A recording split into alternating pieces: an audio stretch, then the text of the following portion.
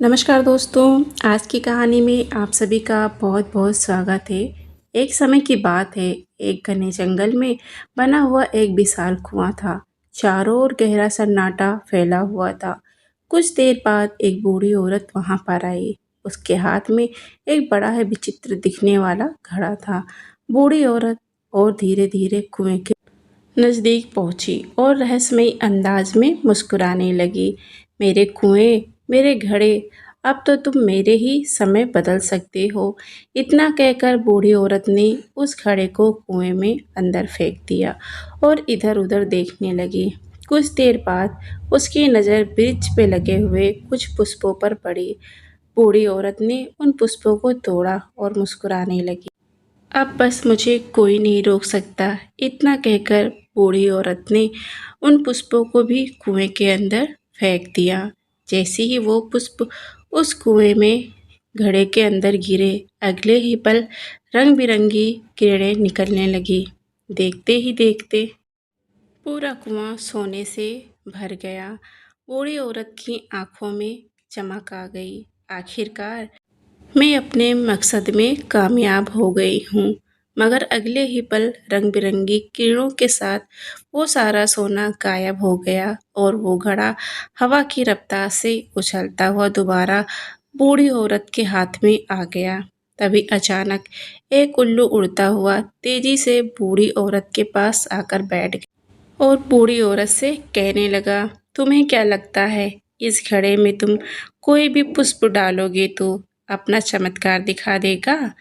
उल्लू की आंखें चमकने लगी। मूर्ख, इसमें विशेष प्रकार के पुष्पों का उपयोग होगा। बूढ़ी औरत ने उल्लू की ओर देखा। तो फिर मुझे बता वो कौन से पुष्प हैं? खुद ही पता कर लो, मैं तुम्हें कभी नहीं बताऊंगा और तुझे कभी पता भी नहीं लगेगा। इतना कहकर उल्लू तेजी से उड़ता हुआ बूढ़ी औरत की आंखों से ओझल हो गया। बूढ़ी औरत धीरे धीरे कदमों से अपने गांव की ओर चल दी। दूर खड़ा ये सारा दृश्य रामराज नाम का एक सुनार देख रहा था। रामराज ब्रिज के पीछे छुपा हुआ अपने आप से बोला, हे भगवान, ये घड़ा तो बड़ा ही चमत्कारी है। रामराज गहरी सोच में डूब गया।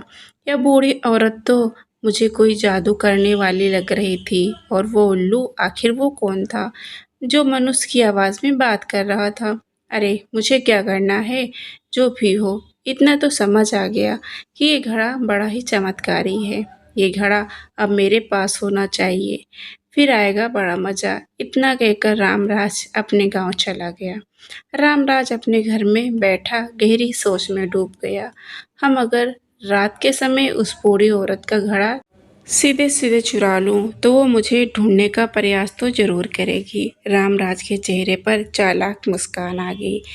इसका मतलब उसके जैसा दिखने वाला कोई दूसरा घड़ा ढूंढना होगा।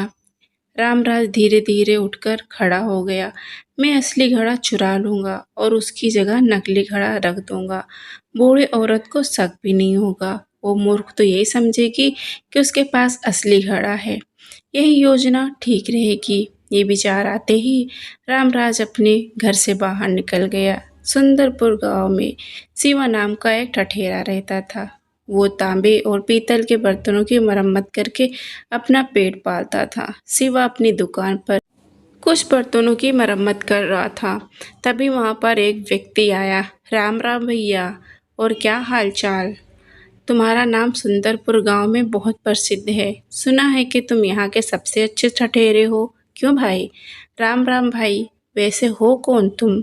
मेरा नाम केशव है। मैं यहाँ का मशहूर सौदागर हूँ। नगर नगर और देश विदेश में घूमता रहता हूँ। हाँ, बहुत काम करता हूँ। अगर इतने बड़े सौदागर हो तो भाई ये बताओ कि हमारे जैसे मामूली ठठेरे की दुकान पर क्या करने आए हो? सुना है कि तुम कुछ पुराने बर्तन भी बेचते हो। क्यों? दिखाओ इसको। इतना कहकर सौदागर की नज़र एक घड़े पर पड़ी। उसकी आंखों में चमक आ गई। सौदागर ने तुरंत उस घड़े को उठा लिया। हाँ भैया, ये बताओ कितने का है? क्या तुम इसे मुझे बेचोगे? शिवा को ना जाने क्यों सौदागर का व्यवहार थोड़ा विचित्र लगा। ये तो पूरे 20 सोने के सिक्के का है। ये सुनकर सौदागर ने तुरंत अपनी जेब से एक पोटली निकाली और शिवा के सामने फेंक दी। शिवा ने देखा कि उसमें पूरे 20 सिक्के सोने के थे, मगर अगले ही पल सौदागर ने वो घड़ा वापस रख दिया। नहीं नहीं, अरे नहीं, ये वो घड़ा नहीं है जिसकी मुझे तलाश थी। क्या उठा लिया मैंने? ये सुनकर शिवा निराश हो गया। वो सिक्के वापस देने लगा, मगर सौदागर मुस्कुराया। अरे नहीं, ये तो तुम अपने पास ही रखो। एक बार जो मैंने किसी को रकम दे दी तो वापस नहीं लेता। रखो अपने पास। वाह भाई, तुम बड़े ही दिलचस्प सौदागर हो। हमारी और तुम्हारी मित्रता हो सकती है, बड़ी जमेगी हम दोनों की। क्यों नहीं मेरे मित्र, क्यों नहीं। मैं तुम्हारे गांव की धर्मशाला में ठहरा हुआ हूँ। सुनो, मैं कल फिर से आऊँगा। वैसे कहा तुमने सही, हमारी मित्रता तो हो ही सकती है। चलो भाई, राम राम। इतना कहकर सौदागर वहाँ से चला गया। उस दिन के बाद सौदागर रोज शिवा की दुकान पर आने लगा और घंटों उससे बात करने लगा। कुछ ही दिनों में दोनों गहरे मित्र बन गए। केशव, अब हम दोनों बहुत अच्छे मित्र बन गए। अगर मैं तुमसे कुछ मतलब का पूछूं तो बताओगे? क्यों नहीं बताऊंगा। अरे हाँ भाई, पूछो मेरे मित्र, तुम दिल खोल के पूछो। भाई, तुमको नहीं बताऊंगा तो किसको बताऊंगा? पूछो पूछो। ये बताओ कि जब तुम हमसे पहली बार मिले थे तब तुमने मुझसे एक घड़ा खरीदा था। मतलब देखो क्या है, उस घड़े को देखकर तुम्हारी आंखों में ना विचित्र सी चमक आ गई थी, लेकिन अगले ही पल तुमने वो घड़े वापस रख दिया। तुम रोज इसी तरह से मेरी दुकान पर आते हो, लेकिन तुम्हारी नज़र बाकी के बर्तनों पर नहीं, केवल घड़े पर पड़ती है। भाई ये बताओ, आखिर ढूंढ क्या रहे हो? अरे मेरे मित्र, जानते हो मैंने तुमसे मित्रता क्यों की है? क्योंकि तुम मुझे काफ़ी हद तक अपनी ही तरह लगे हो। देखो, तुम बड़े हो, चतुर। शाम को तुम एक काम करो, धर्मशाला आना, मैं वहाँ एक रहस्य बताऊंगा, ठीक है? चलो भाई, राम राम। शाम के समय शिवा धर्मशाला पहुंचा। अरे मुझे विश्वास था मेरे मित्र कि तुम जरूर आओगे। आओ भाई, एक बात बताऊं मित्र, मेरा तो आज पूरे दिन काम में मन ही नहीं लगा। मैं पूरे दिन यही सोचता रहा कि आखिर वो कौन सा रहस्य है। देखो, अब तो मुझे और मत तड़पाओ, जल्दी ही बताओ बात क्या है। अरे भाई, तुम तो एकदम उतावले हो जा रहे हो। अच्छा तो फिर सुनो, मैं एक जादुई घड़े की तलाश में हूँ। एक ऐसा जादुई घड़ा जिस पर कुछ तंत्र मंत्र करके किसी पुराने कुएं में फेंक दिया जाए, पूरा कुआं सोने से भर सकता है। हाँ, क्या बात कर रहे हो? क्या तुम सच कह रहे हो? अरे हाँ भाई, बिल्कुल सच कह रहा हूँ। लेकिन ये बताओ, ऐसे घड़ा के बारे में तुम्हें कैसे पता चला? शायद तुम भूल गए, मैंने तुमसे पहले ही कहा था मैं नगर नगर, राज्य और देश विदेश में घूमता हूँ। बस समझ लो, मुझे कहीं ना कहीं इसके बारे में पता लग गया और मुझे सूचना मिली है वो घड़ा तुम्हारे गांव में ही है। हाँ, क्या बात कर रहे हो? तुम्हारा चेहरा बता रहा है कि तुम झूठ नहीं बोल रहे हो गुरु। लेकिन आखिर वो घड़ा इस गांव में हो किसके पास सकता है? अब देखो भाई, जिस किसी के पास भी होगा, एक न एक दिन वो मेरी नज़र में ज़रूर आएगा। कुछ देर बाद शिवा वहाँ से चला गया। अगले ही दिन शिवा अपनी दुकान पर बैठा बर्तनों की मरम्मत कर रहा था। तभी वहाँ पर रामराज सुनार आ गया। रामराज बड़ी गहराई से तांबे और पीतल के बर्तनों को देखने लगा। भाग हमारे, आप पधारे। इस गांव के रामराज सुनार हैं। आखिर आपको इस गरीब ठठेरे की दुकान पर आने की क्या आवश्यकता हो गई? दरअसल मुझे एक घड़ा चाहिए। इतना कहकर रामराज ने वहां रखा हुआ एक घड़ा उठा लिया। वो उसे बहुत गौर से देखने लगा। उसकी आंखों में चमक आ गई। ये बताओ, कितने का है ये घड़ा? अब मैं आपसे भला इस बेकार घड़े की क्या ही कीमत मांगू? ये मेरे किसी काम का नहीं है। आप इसको ऐसे ही ले जाओ, कोई बात नहीं। रामराज खुश हुआ और वहां से चला गया। कुछ देर बाद रामराज सौदागर के पास गया। उसकी नज़र तुरंत उस गायब घड़े पर पड़ी। अरे शिवा, यहाँ पर एक घड़ा हुआ करता था। वो घड़ा कहाँ गया जिसे मैंने 20 सोने के सिक्के से खरीदे थे? कहाँ गया वो वाला घड़ा? वो घड़ा, अरे वो घड़ा तो हमारे गांव के रामराज सुनार कुछ देर पहले ही ले गए और मैंने उसकी कीमत भी नहीं ली। क्या कहा कि तुमने पहले ही 20 सोने के सिक्के दिए थे, तो मैंने कहा ले जाओ। सुनार भाई तुम भी क्या याद करोगे? अरे जानते हो उस घड़े को मैंने 20 सोने के सिक्कों में खरीदा था, क्योंकि वो घड़ा उस जादुई घड़ा की तरह दिखता था। ये सुनकर शिवा चौंक गया। देखो शिवा, मुझे लगता है कि तुम्हें रामराज पर नज़र रखनी चाहिए। कोई तो रहस्य है, वरना तुम ही बताओ एक सुनार को भला उस घेड़े की क्या आवश्यकता पड़ गई। बात तो सही कह रहे हो। ठीक है, मैं आज से ही रामराज सुनार पर नजर रखना प्रारंभ कर देता हूँ। ठीक है। इधर दूसरी ओर रात के समय रामराज अपने घर से बाहर निकला।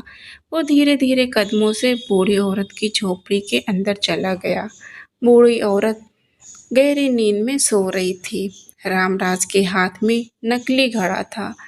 अब उस बूढ़ी औरत को शक भी नहीं हुआ होगा कि उसकी जादुई घड़ा गायब हो चुका है। इतना कहकर रामराज ने नकली घड़ा वहां रख दिया और असली घड़ा उठाकर बाहर निकल गया। दूर खड़ा शिवा ये सब देख रहा था। आखिर रामराज सुनार आधी रात के समय मेरी दुकान का घड़ा लेकर इस झोपड़ी में क्यों घुसा? शिवा धीरे धीरे झोपड़ी के अंदर गया। वहां बूढ़ी औरत सो रही थी और एक घड़ा रखा हुआ था। शिवा को समझते देर नहीं लगी। अब समझ गया, रामराज ने मेरी दुकान पर घड़ा यहाँ क्यों रख दिया और यहाँ से दूसरा घड़ा उठाकर क्यों ले गया। ये बहुत ही चालाक है।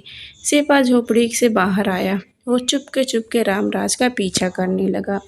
रामराज धीरे धीरे कदमों से एक घने जंगल की गुफा तक पहुंचा। वहां गुफा के अंदर मिट्टी खोदने लगा।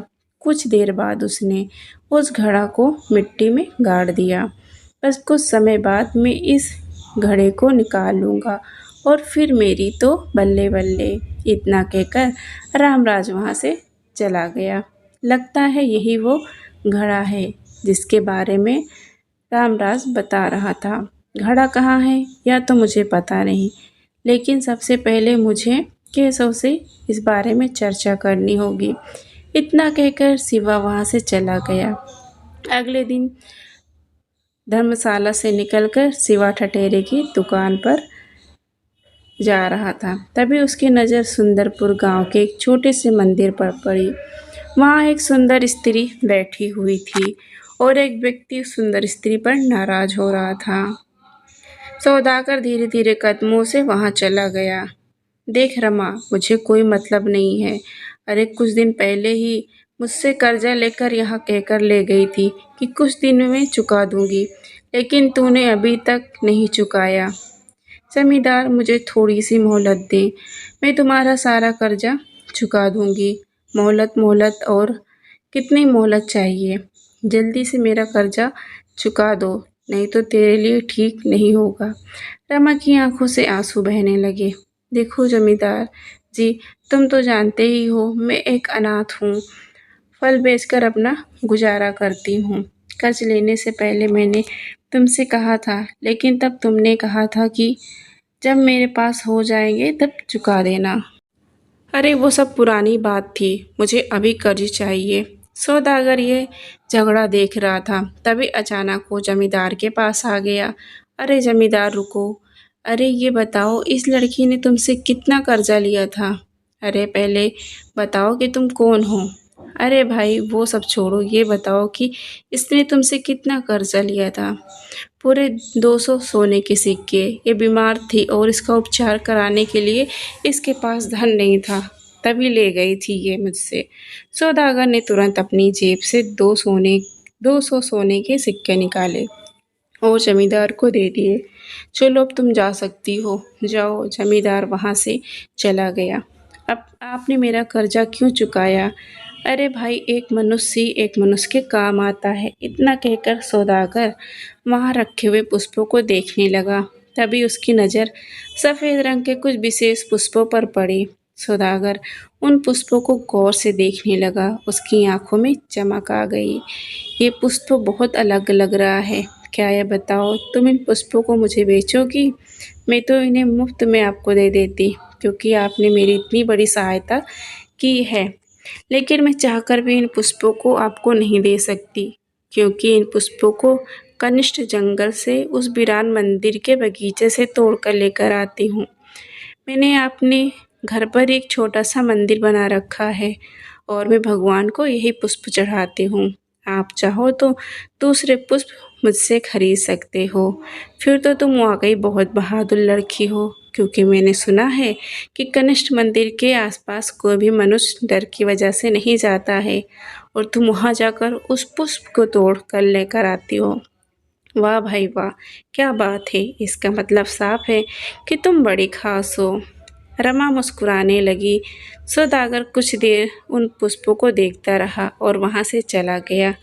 कुछ देर बाद सौदागर ठठेरे की दुकान पर पहुँचा। आओ मित्र, मैं तुम्हारा ही इंतज़ार कर रहा था। देखो, तुम्हारा शक बिल्कुल सही निकला। क्या मतलब है तुम्हारा? शिवा रामराज सुनार के बारे में सारी घटना बताने लगा। ये सुनकर सौदागर के ओठों पर रहस्यमयी मुस्कान आ गई। तो फिर देर किस बात की मेरे मित्र, जाओ उस गुफा के अंदर वो घड़ा निकाल लाओ, क्योंकि उस घड़े के जादुई चमत्कार में जो पुष्प इस्तेमाल होंगे वो पुष्प किसके पास है पता है। अरे सब मुझे पता लग चुका है। जाओ तुम घड़े ले आओ। ठीक है, मैं अभी जाता हूँ। अब कुछ देर बाद शिवा घड़े जंगल से बनी हुई उस गुफा के अंदर खुदाई कर रहा था। कुछ देर बाद उसके हाथ में वही घड़ा आ गया। शिवा घड़े को देखकर मुस्कुराने लगा। चलो मिल गया घड़ा, जादुई घड़ा। इतना कहकर शिवा सीधे गुफा के बाहर आ गया। अगले ही पल एक उल्लू तेजी से उड़ता हुआ शिवा ठठेरे के नज़दीक आकर बैठ गया। उस घड़े को वहीं रख दो, तुम नहीं जानते तुम कितनी बड़ी मुसीबत ले जा रहे हो। शिवा उल्लू की बातें करते हुए देखकर चौंक गया। कौन हो तुम? तुम्हारे लिए मैं एक मायावी उल्लू हूँ। तुम बस यही समझो। देखो, इस घड़े वड़े के चक्कर में मत पड़ो, तुम अपना सारा जीवन बर्बाद कर लोगे। हम इतना तो मुझे पता लग ही गया, ये घड़ा वास्तव में जादुई है। और तुम कौन हो मैं नहीं जानता। मैं तुम्हारी बात बिल्कुल नहीं मानूंगा। चुपचाप यहाँ से दफ़ा हो जाओ। उल्लू कहीं के। उल्लू आके हमको बताएगा क्या करना है। शाबाश, तुम तो बिल्कुल सही घड़ा लेकर आए हो। बहुत बढ़िया, यही वो जादुई घड़ा है। अब हमें धनवान बनने से कोई नहीं रोक सकता। लेकिन हाँ, उससे पहले हमें कुछ खास पुष्पों की आवश्यकता पड़ेगी और उन खास पुष्पों को लेकर तुम आओगे। किस तरह के खास पुष्प? ये देखो, तुम्हारे गांव में रमा नाम की एक अनाथ लड़की रहती है। क्या तुम उस फूल वाली रमा की बात कर रहे हो? हाँ बिल्कुल। अरे आज ही मैंने देखा है। उसके पास कनिष्ठ जंगल के प्राचीन मंदिर के बगीचे में पुष्प थे और उन पुष्पों को एक जादुई घड़े में इस्तेमाल होना बहुत ज़रूरी है। मैंने जब रमा से उन पुष्पों को मांगा तो उसने इनकार कर दिया। उसने कहा वो उन पुष्पों का इस्तेमाल खास पूजा के लिए करती है। अच्छा तो ये बताओ भैया, फिर उन पुष्पों को मैं हासिल मतलब कैसे लाऊंगा? देखो, मुझे लगता है तुम्हें रमा के घर उन पुष्पों को चुरा लेना चाहिए। इतना कहकर शिवा वहाँ से चला। रात के समय रमा घर के अंदर घुस गया। रमा गहरी नींद में सो रही थी। शिवा की नज़र रमा के घर में बने हुए छोटे से मंदिर पर पड़ी, जहाँ पर विचित्र सफ़ेद पुष्प रखे हुए थे। यही वो सफ़ेद पुष्प जिसे शिवा मंदिर के पास से चुराने जाता है। अगले ही पल रमा की आंखें खुल गई। रमा शिवा ठठेरे को देख चौंक गई। आप मेरे घर में क्या कर रहे हैं इतनी रात को? गांव वालों को चिल्लाकर मैं बता दूंगी कि आप आधी रात मेरे घर में घुस आए हैं। रमा देखो, मेरी बात सुनो। तभी रमा जोर जोर से चिल्लाने लगी, बचाओ बचाओ, चोर चोर! देखो, मेरे घर में आधी रात में शिवा ठठेरा घुस आया है। पता नहीं किस नीयत से आया है। गांव वालों मुझे बचाओ। ये सुनकर शिवा घबरा गया और तेजी से वहां से भाग गया। इधर दूसरी ओर रामराज सुनार जब गुफा के अंदर घड़ा लेने गया तो खुदा हुआ देख स्थान चिल्लाने लगा, अरे सत्यानाश हो गया! लगता है घड़ा कोई चोरी करके ले गया। कहीं ऐसा तो नहीं उस बुढ़िया को पता लग गया हो मैं घड़ा चुरा कर ले आया हूँ। अगर ऐसा होगा तो वो बुढ़िया मेरे लिए बहुत ही खतरनाक हो सकती है। क्या करूँ? एक काम करता हूँ, मैं यहाँ से भाग जाता हूँ। सब कुछ लोग भूल जाएंगे। ये गांव ही छोड़कर चला जाता हूँ। कुछ दिन बाद आऊँगा। हे भगवान, पता नहीं क्या हो गया। इतना कहकर सुनार डरते हुए गांव छोड़कर चला गया। इधर शिवा दौड़ते हुए सीधा धर्मशाला पहुंचा। यहाँ सौदागर को सारी घटना बताने लगा। अरे तुम गजब के आदमी हो। तुमसे एक मामूली सा काम नहीं हो सकता। क्या बताऊं मित्र, रमा ने सारे गांव वालों को उठा दिया और मेरा नाम भी ले रही थी। गांव वालों ने मुझे भागते हुए भी देखा है। देखो, अगर चोरी की बात होती तो मैं वहां से भागता नहीं, लेकिन रमा एक जवान लड़की है और अकेली रहती है। गांव वाले ना जाने मेरे बारे में कहाँ कहाँ सोचेंगे। मतलब मैं किस नीयत से रमा के घर में घुसा था, मेरी नीयत पे सवाल उठाएंगे। अब देखो, ऐसा है भाई, मैंने तुम्हें पहले मित्र माना, इसलिए मैं ही तुम्हें मुसीबत से निकालूंगा। लेकिन उसके लिए जादुई घड़े को जंगल के कुएं के पास ले जाना बहुत आवश्यक है। रमा को तो मैं अपने तरीके से देख लूंगा। चलो रमा को छोड़ो, तुम मेरे साथ चलो, जंगल चले आओ। कुछ ही देर में सौदागर शिवा ठठेरे को घने जंगल में ले गया, जहाँ पर एक बड़ा ही विचित्र कुआं था। अब आगे क्या, इतना कहकर सौदागर वहां से चला गया। अगली सुबह रमा सोकर उठी, तभी उसके कानों में एक साधु की आवाज टकराई। मुझे भिक्षा चाहिए, भिक्षाम देही, भिक्षा देही। रमा कुछ अनाज लेकर बाहर गई। साधु रमा को घूर रहा था। मुझे अनाज नहीं चाहिए पुत्री, बल्कि मैंने सुना है तेरे पास कनिष्ठ जंगल की स्थित प्राचीन मंदिर के बगीचे वाले पुष्प हैं। मुझे भिक्षा में वही पुष्प चाहिए। ये सुनकर रमा चौंक गई। लेकिन साधु महाराज, मैं उन पुष्पों को चाहकर भी आपको नहीं दे सकती। क्या बकवास कर रही है तू? उन साधारण पुष्पों को मुझे देने से इनकार कर रही है? अगर मुझे क्रोध आ गया तो तुझे अंदाजा भी नहीं, हम तुम्हें श्राप भी दे सकते हैं। हमें वो पुष्प चाहिए, लेकर आओ। साधु महाराज, आप चाहें तो मेरे प्राण मुझसे मांग लीजिए, लेकिन वो पुष्प मत मांगिए। अरे आखिर ऐसा क्या है उन पुष्पों में? कुछ समय पहले की बात है, जब मैं कनिष्ठ जंगल के उस मंदिर के बगीचे में पुष्प तोड़ रही थी, उसी समय मंदिर का देवता मेरे सामने प्रकट हुआ था। उसने मुझसे कहा था, इन फूलों को मैं किसी को कभी न दूं। उसने मुझे ऐसा करने का वचन दिया था।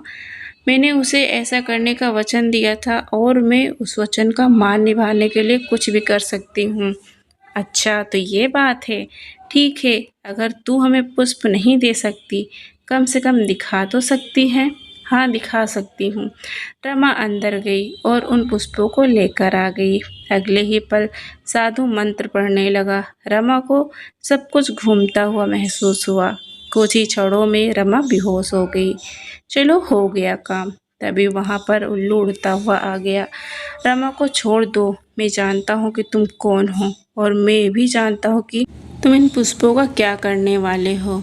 तो फिर तेरा किस्सा समाप्त होगा। तूने मुझे बहुत तंग कर लिया। रुक जा, साधु मंत्र पढ़ने लगा। अगले ही पल उल्लू रंग बिरंगी किरणों वाले पिंजरे में कैद हो गया। शिवा कुएं के पास बैठा हुआ सौदागर का इंतजार कर रहा था। कुछ ही देर बाद सौदागर बेहोश रमा और पुष्पों को लेकर वहां आ गया। अरे ये तुमने क्या किया? पूछो मत भाई, एक साधु के जरिए रमा को ले आया। इसके अलावा और कोई चारा ही नहीं था, क्योंकि यह पुष्प देने के लिए तैयार ही नहीं थी। शिवा ने पिंजरे में बंद उल्लू को देखा। हाँ, ये तो वही उल्लू है जिसने मुझे गुफा के नज़दीक चेतावनी दी थी। अरे इसको छोड़ो, इस पर अभी ध्यान मत दो, हमें अपना काम करना है। चलो। सौदागर और वो घड़ा कुएं में अंदर फेंक दिया। उसने रमा के हाथों से वो पुष्प ले लिया। जैसे ही उसने पुष्प लिया, अगले ही पल रमा को होश आ गया। लेकिन तब तक सौदागर उन पुष्पों को कुएं के अंदर डाल चुका था। पुष्प जैसे ही कुएं के अंदर घड़े में गिरे, अगले ही पल रंग बिरंगी किरणें फैल गई। देखते ही देखते पूरा कुआं सोने से भर गया। सोना इतना ज़्यादा था कि कुएं से बाहर गिरने लगा। अरे पूरा कुआं सोने से भर गया। सौदागर मित्र, अब तो हम बहुत धनवान हो जाएंगे। तभी सौदागर बोला, हम नहीं, सिर्फ मैं। तभी शिवा बोला, क्या बकवास कर रहे हो भाई, मैं क्या होता है। तुम्हारे काम में साथ मैंने भी दिया है। घड़ा मैंने चुराया और अकेले आप अमीर बन जाएंगे कैसे। सौदागर हंसने लगा। अगले ही पल रंग बिरंगी किरणें उसके शरीर से निकलने लगी। कुछ ही क्षणों में वो एक सुंदर स्त्री में बदल गई। कौन हो तुम? मेरा नाम चंद्रिका है और मैं एक बहरूपिया हूँ। तुम्हें क्या लगा सारा का सारा खेल तुम्हारा रचा हुआ है? ये तुम्हारी गलत फहमी है। इस जादुई घड़े को हासिल करने के लिए मैंने क्या क्या किया। ये जादुई घड़ा कुछ समय पहले मेरे गुरु मुनिदेव के पास था। मुनिदेव एक जादुई घड़े की मदद से गरीबों की सहायता करते थे। मैंने मुनिदेव गुरु से कई विद्याएं सीखी थी। उनमें से एक विद्या रूप बदलने की थी। घड़ा चुराने के बाद बीच में एक बूढ़ी औरत के रूप में आ गई। मुझे इतना पता था, इस घड़ा को अगर एक प्राचीन कुएं के अंदर फेंक दिया जाए और उसमें कुछ पुष्प फेंके जाएं तो ये कुआं सोने से भर जाएगा। परंतु मैं नहीं जानती थी कि वो पुष्प साधारण नहीं बल्कि विचित्र होने चाहिए। जब मैंने पहला प्रयोग किया था तो उसमें असफल रही मैं। उसी समय एक मायावी उल्लू मेरे पास आया और मेरा मजाक उड़ाने लगा था। मैं जानती थी वो उल्लू कौन था। ये भी जानती थी कुएं के दृश्य को दूर से एक सुनार भी देख रहा था। मैंने गुरु मुनिदेव से एक विद्या सीखी थी कि मैं कहीं भी खड़े होकर किसी पुरुष के विचार पढ़ सकती थी। मैंने उस सुनार के विचार पढ़ लिए थे। वो जादुई घड़ा बदलना चाहता था और मेरा घड़ा चुराना चाहता था। मैं जानती थी कि वो घड़ा बदलने के लिए सुंदरपुर के सबसे कुशल ठठेरे तुम्हारे पास जाएगा। इसलिए मैंने सौदागर का रूप धरा और तुमसे मित्रता कर ली। मुझे पता लग गया था जिन पुष्पों की मुझे तलाश थी वो पुष्प रमा नाम की एक लड़की अनाथ के पास है। मैं चाहती थी कि तुम मेरे जरिए रमा के घर पर रखे हुए पुष्प चुरा लो, लेकिन तुम उसमें भी विफल रहे। उसके बाद मैंने सोचा कि अब मुझे अपनी जादुई शक्तियों का इस्तेमाल करना ही पड़ेगा। फिर सारा काम मुझे ही करना पड़ा। मैं साधु बनकर रमा से फूल मांगने गई थी, लेकिन रमा ने इनकार कर दिया। फिर मुझे साधु के रूप में ही रमा को यहाँ लाना पड़ा। बदकिस्मती से ये उल्लू भी उसी समय आ गया था, इसलिए मैंने इसे भी पिंजरे में बंद कर दिया। ये जादुई घड़े का उपयोग करके पूरा कुएं से भर दिया। ये सारा मेरा ही रचा हुआ खेल था शिवा। अब मैं इस संसार में सबसे धनवान युवती बन चुकी हूँ। अब मुझे किसी की कोई ज़रूरत नहीं। अगले ही पल वो पिंजरा रंग बिरंगी किरणों से गायब हो गया। उल्लू पिंजरे से बाहर आ गया और अगले ही पल एक साधु में बदल गया। ये देखकर चंद्रिका क्रोधित हो गई थी। मुझे क्या लगता है गुरु मुनिदेव कि मुझे पता नहीं था कि तुम उल्लू के रूप में तुम ही थे। हाँ पता था, मैं जानता था कि तुम जानती हो, लेकिन तुम शायद ये नहीं जानती तुम ऐसा करके कितनी बड़ी भूल कर रही हो। मूर्ख चंद्रिका, तुम मेरी शिष्या थी। तुम लालच में अंधी हो चुकी थी। मैं तुम्हें बचाना चाह रहा था, लेकिन तुम नहीं मानी। तुम इस घड़े का एक रहस्य नहीं जानती। अगर इस घड़े को कोई लालच की नीयत से इस्तेमाल करेगा तो वो इस धन का इस्तेमाल नहीं कर पाएगा और हमेशा के लिए पत्थर में बदल कर रह जाएगा। अगले ही पल चंद्रिका और शिवा पत्थर में बदलने लगे। यह देखकर दोनों डर गए थे। गुरुजी, मुझे क्षमा कर दो। क्षमा तो करना चाहता था, लेकिन तुमने हद पार कर दी। तुम धन के लोभ में इतनी अंधी हो गई कि तुम गुरु और शिष्य के सम्मान की दीवार भी भूल गई। तुम जैसे लालची शिष्यों के साथ यही होना चाहिए। कुछ ही देर में चंद्रिका और शिवा पत्थर में बदल गए। गुरु मुनिदेव रमा की ओर देखा। इसमें से तुम जितना धन चाहिए ले सकती हो। नहीं गुरुजी, मुझे कुछ भी नहीं चाहिए। मैं केवल इतना जानती हूँ, जीवन जीने के लिए 2 रोटी की आवश्यकता होती है। इससे ज़्यादा मुझे कुछ नहीं चाहिए। गुरु मुनिदेव मुस्कुराए। उन्होंने जैसे ही कुएं पर नजर डाली, वैसे ही कुआं फिर से सामान्य हो गया। घड़ा हवा की रफ्तार से चलता हुआ गुरु मुनिदेव के हाथ में आ गया। काश तुम एक विद्या और सीख लेती जो तुम्हारा ये अंजाम नहीं होता। लालच का परिणाम हमेशा बुरा ही होता है। इतना कहकर गुरु मुनिदेव रंग बिरंगी किरणों में वहां से गायब हो गए। रमा भी वहां से चुपचाप चली गई। सो दोस्तों, ये रही हमारी कहानी लालच का अंत। आप सभी को कैसी लगी है कमेंट बॉक्स में ज़रूर बताइएगा। अगर कहानी आप सभी को पसंद आई है तो कहानी को एक लाइक ज़रूर करिएगा। साथ में दोस्तों, आप लोग चैनल पर नए हैं तो चैनल को सब्सक्राइब करना बिल्कुल ही ना भूलें।